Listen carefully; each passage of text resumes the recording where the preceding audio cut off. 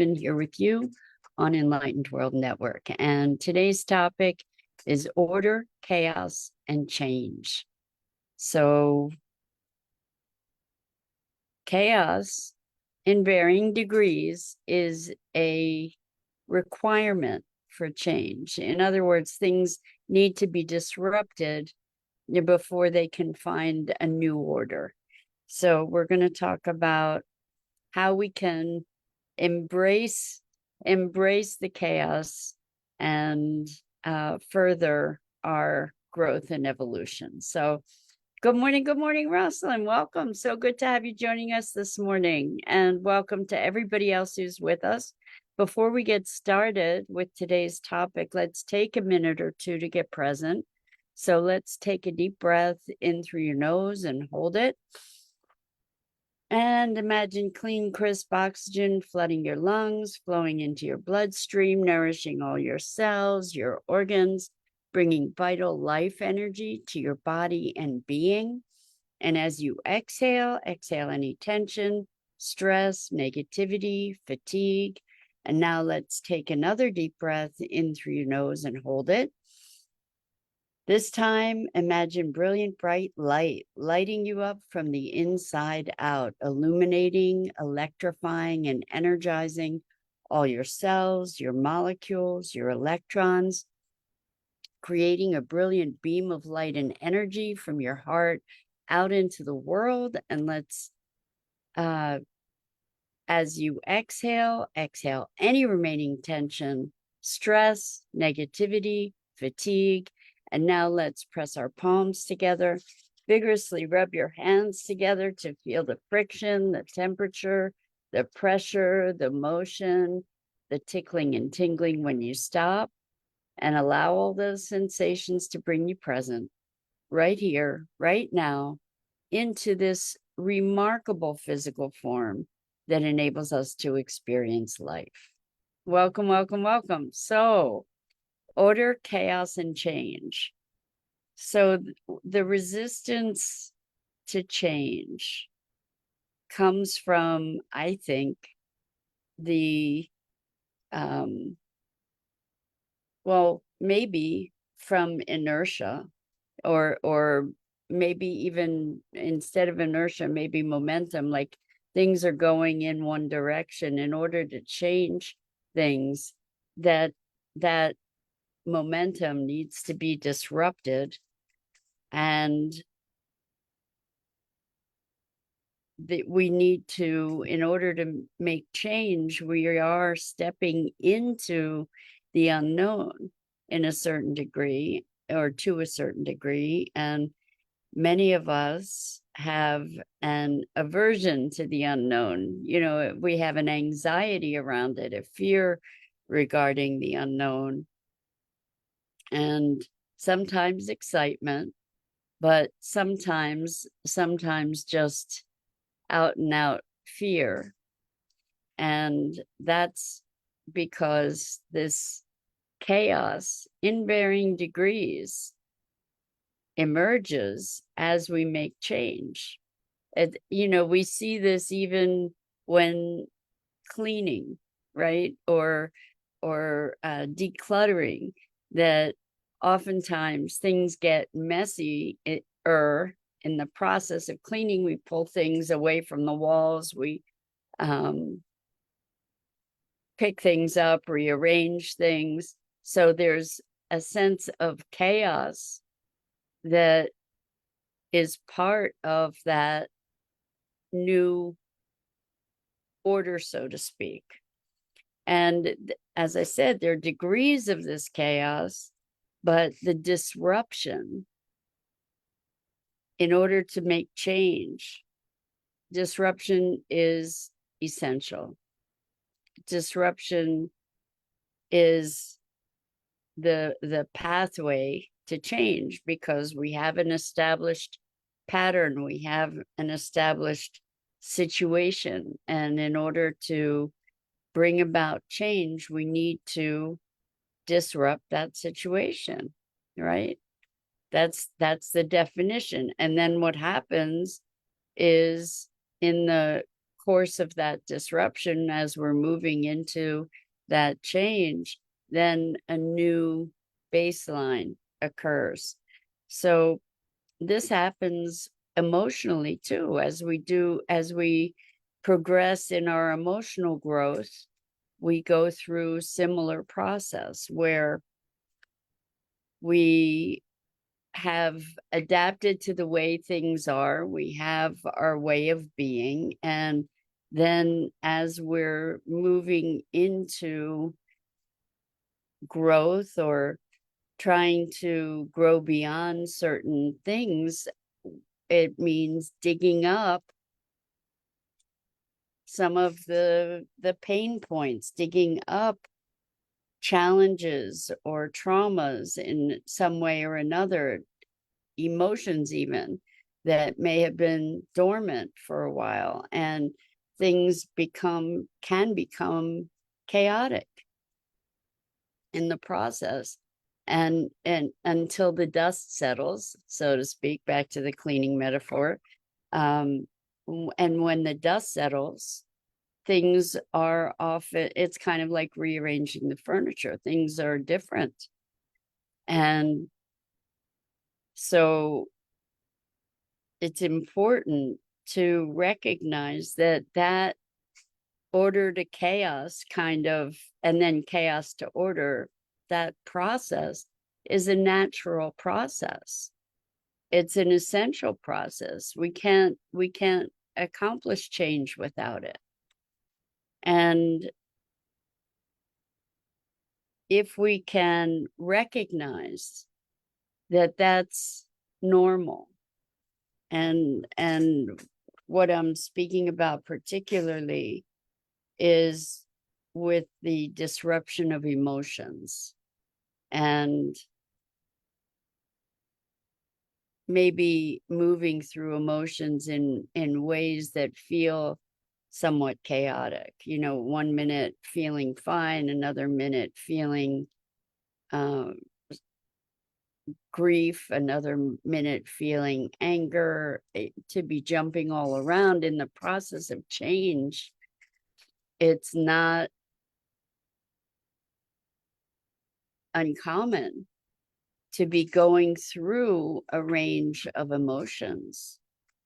And that can be really disruptive if we don't have the broader vantage point to recognize that this is part of a process. That if we get drawn into the stories about those emotions, that's often what happens, is we experience emotions and then look at, well, why am I feeling that way? And then concoct a whole story about it. We can also generate emotions through the stories that we've created as well. But what I'm talking about here is the emotional cacophony that can happen, the discordance, the frenetic movement from one emotion to another emotion, to be bouncing all over the place. What happens is we often, in the experience of that, question our sanity. Like, what's wrong with me? What's going on? Am I crazy to be feeling all these feelings and to be bouncing all over the place like this? And the thing is that it is part of a process of finding our feet again. And we were talking about depression the other day and sensory awareness, and how important sensory awareness was to keep us connected and to keep us from falling more deeply into the darkness of depression. And when we can allow ourselves in this process of change to reinforce our connections with ourselves, with others, that can help us through. And really what happens a lot of times is, in the process of change, we retreat, we limit our external input so that we can deal with whatever it is we're trying to deal with, which is the same process that they saw the brain going through in depression, is just limiting the input from the externalities, and then focusing on trying to sort out whatever this change is, whether it's conscious or other than unconscious, other than conscious. And so when we have the capability to bring that process to our conscious awareness, when we can elevate it to our conscious awareness, there's a very different experience. We then have an opportunity to choose. In other words, we have the opportunity to choose not to get swept up in the story of the emotion. And we can recognize that what we're going through is a normal, although very uncomfortable often, but is a normal process of change. And I remember years ago, I went to a certification program, an intensive with Tony Robbins. And one of the things that he says or said is, if you're confused, it means you're going to learn something. And when we think about the process of learning, again, what's happening? There's a disruption of typically of existing information, right? There's a challenge to existing information showing us, oh, there's something here, at the very least, something here I don't know, or maybe something contradictory to what I thought I knew. And then we go through an evaluation process, and it can feel sometimes like dominoes, where one thing affects another, affects another, affects another. And eventually we get to the other side of it. Hopefully, most of us. And we do that by processing through the thoughts, the emotions, the experiences. And if we can do that in a conscious way, if we can be aware of it and then give ourselves latitude, give ourselves the emotional latitude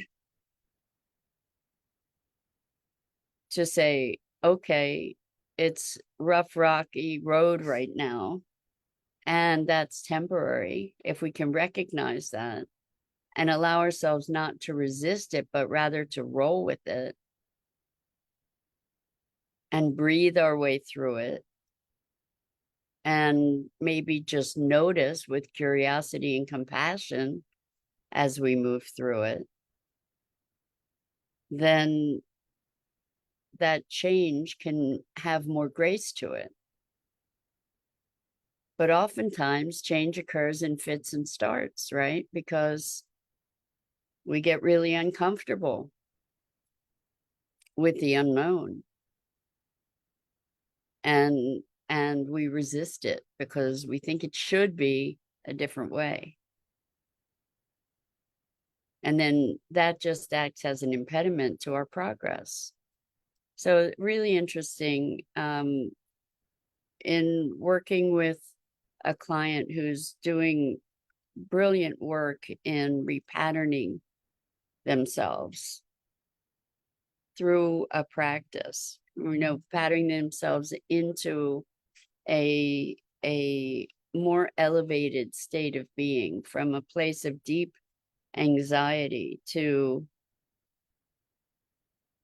ultimately a place of joyful playfulness in life. They're experiencing more and more elevated, joyful state. But the contrast from this extreme anxiety to this sort of blissful joy is really, really radical.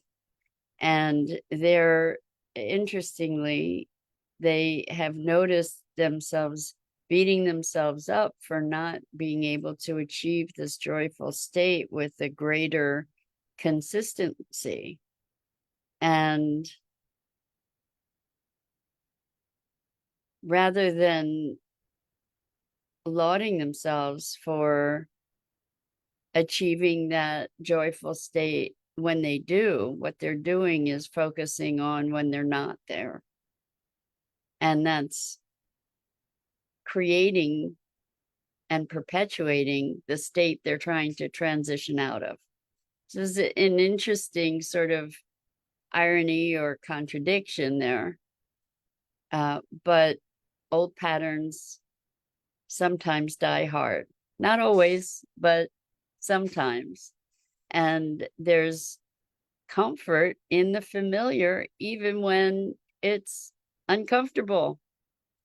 So I have a client who used to talk about their favorite miserable, that was the go-to place. And the idea here is ultimately to change the baseline, to elevate the baseline, right? And this person has done that and is continuing to do that in a quite remarkable, laudable way. And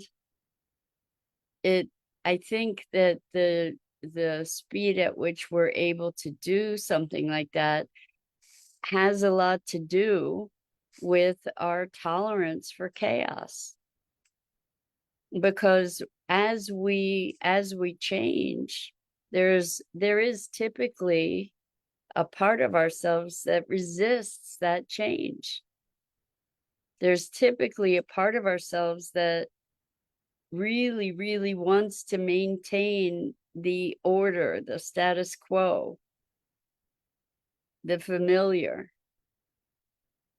And we might even engage in self-sabotage to be able to preserve that order, to preserve that status quo.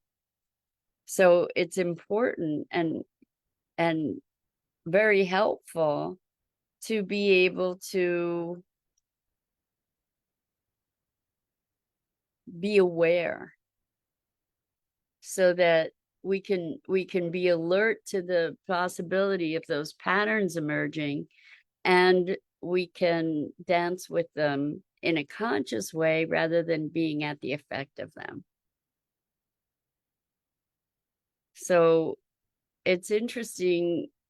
I was just thinking about how my environment often reflects my state. That as I go through periods of change, things become more chaotic in my environment. And then as I move through that and I find a little bit more solidity, then I'm able to create more order. I know it works differently for some other people.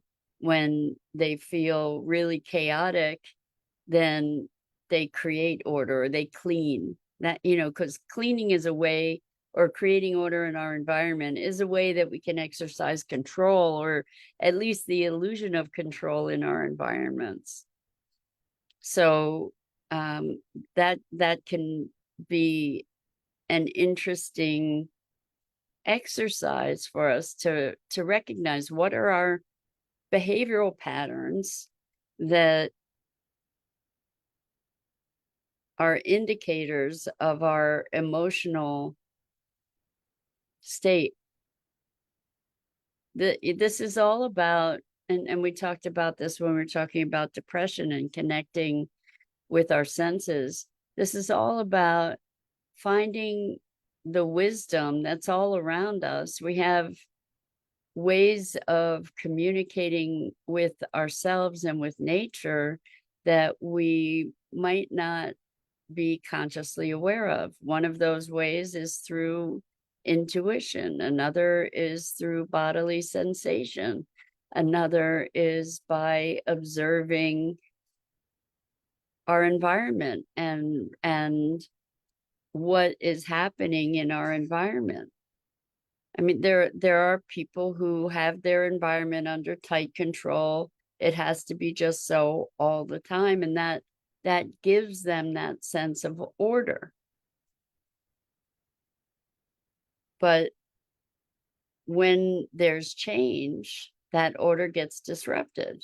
You know, let's move around the furniture. Well, that creates disruption in order to do that, and that disruption can be so disrupting that it can throw us into emotional chaos as well.